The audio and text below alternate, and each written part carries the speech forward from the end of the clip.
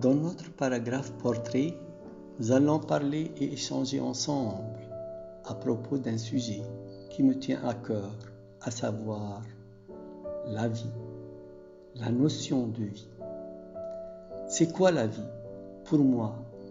C'est quoi la vie pour vous, pour eux? Que cache-t-il ce concept et comment on le perçoit, ou plutôt, comment devrions-nous le percevoir? Il y a certes plusieurs angles d'analyse et d'approche pour entamer cet univers.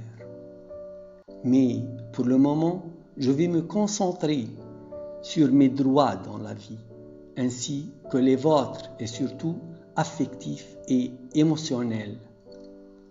Comment dois-je alors agir envers moi-même? Comment vous le devriez envers vous-même? Quelles ressources devrions-nous faire recours pour une vie prometteuse?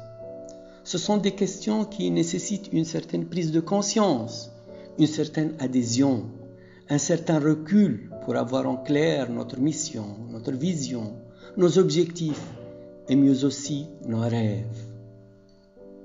Quels sont alors nos droits dans cette vie avec une perception logique et positive? Je suis de celles et ceux qui pensent que la vie est un ensemble de droits, un ensemble de comportements et d'interactions avec l'environnement là où nous sommes, là où nous vivons. Les réponses aux questions qu'on s'est posées sont simples et multiples. Elles sont aussi évidentes, de telle sorte que nos droits sont légitimes. C'est le droit de m'aimer et à être aimé. Que me manque-t-il? Eh bien, rien. Le droit de prendre soin de moi, de penser à moi. Le droit à me distraire, à m'évader, à m'épanouir. Le droit de m'exprimer sans que je sois ridiculisé. Mon droit de dire non quand il le faut. Oui, il faut dire non. Oui, le droit d'avoir la conscience et de ne pas vous suivre aveuglement. Le droit de m'affirmer, de m'abstenir, de me sentir responsable, d'avoir mes propres choix, de prendre mes décisions sans accorder toutefois l'opportunité de me substituer. Le droit d'agir en toute liberté et d'interagir sans obstacle ni barrière artificielle. Mais aussi, j'aurai le droit à l'erreur et dans ce cas, à ne pas être blessé, ni intimidé, ni culpabilisé, à ne pas être rejeté pour la simple raison que j'ai commis une faute, une erreur, aussi grave ou non soit-elle. Comment dois-je réussir sans accepter mes erreurs et mes échecs, supposons même répétitifs? J'ai droit à la réussite par les défis, le courage, le partage, les expériences, la créativité. Et la liste n'en finit pas. Le droit d'avoir une mission, des objectifs, des désirs, des envies, des rêves, mais aussi des besoins. J'aurai certes besoin d'être en sécurité, de m'accepter, de me considérer, de me valoriser et de reconnaître le fruit de mes aventures. Et qu'on me dise merci pour tout ce que tu as commis comme effort, qu'on me dise bon courage et qu'on m'encourage davantage, qu'on me dise un grand bravo sans me percevoir comme étant un idiot, qu'on me dise fonce jusqu'au bout et tu te remettras un jour en position debout, qu'on me dise n'arrête pas de suivre tes rêves, il ne faut pas que tu crèves. Qu'on me dise qu'il nous reste juste un pas pour arriver au-delà.